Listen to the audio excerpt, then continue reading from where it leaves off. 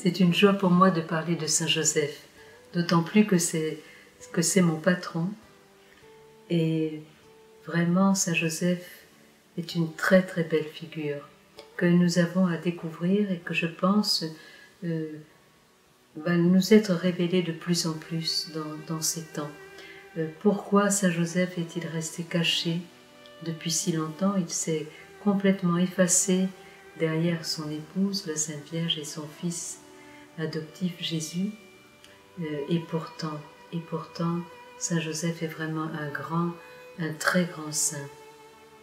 On dit du Père qu'il est silencieux. Et Joseph est cette image du Père. Joseph, ombre du Père, il y a un chant qui dit Joseph, ombre du Père, à l'image du Père qui est aux cieux. Père silencieux à l'image du Père qui est aux cieux.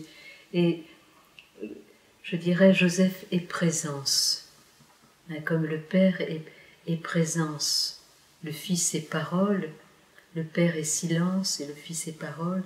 Eh bien, dans la Sainte Famille, Jésus est le Verbe de Dieu, la parole de Dieu, et Saint Joseph, il est cette présence du Père, et c'est ça qu'il a nous communiqué, que nous devons recevoir de lui, nous apprendre à rentrer dans cette présence du Père, dans cette paternité.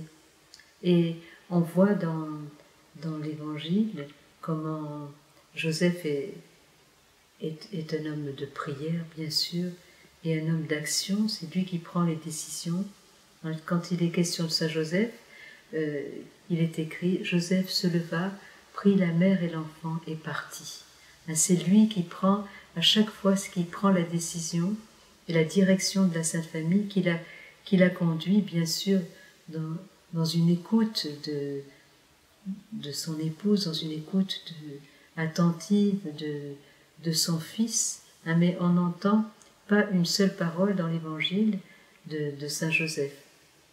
Et quand Dieu lui apparaît, ce n'est pas comme un ange qui lui apparaît comme à la Sainte Vierge, mais c'est à travers un songe qu'il va lui dire « Ne crains pas de prendre Marie chez toi ». Et donc, vraiment, Joseph a beaucoup de choses à nous enseigner. Et on a beaucoup parlé du cœur de Marie, on a beaucoup parlé du cœur de Jésus, et je crois que nous allons de plus en plus parler du cœur de Joseph et de cette union des cœurs. C'est pas parce que Marie était unie au cœur de Jésus qu'elle ne l'était pas au cœur de Joseph.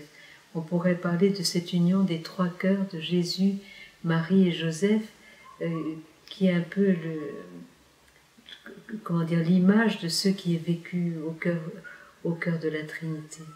Alors, vraiment, demandons cette grâce de rentrer dans l'intimité de Joseph, de le contempler, de nous mettre à l'écoute de son silence et de recevoir de lui vraiment cette qualité de présence, d'attention, d'écoute, de mettre comme Joseph s'est mis à l'écoute de Dieu, à l'écoute de l'Esprit Saint, à l'écoute de Marie, à l'écoute de Jésus, à l'écoute des besoins de chacun, des besoins de son enfant.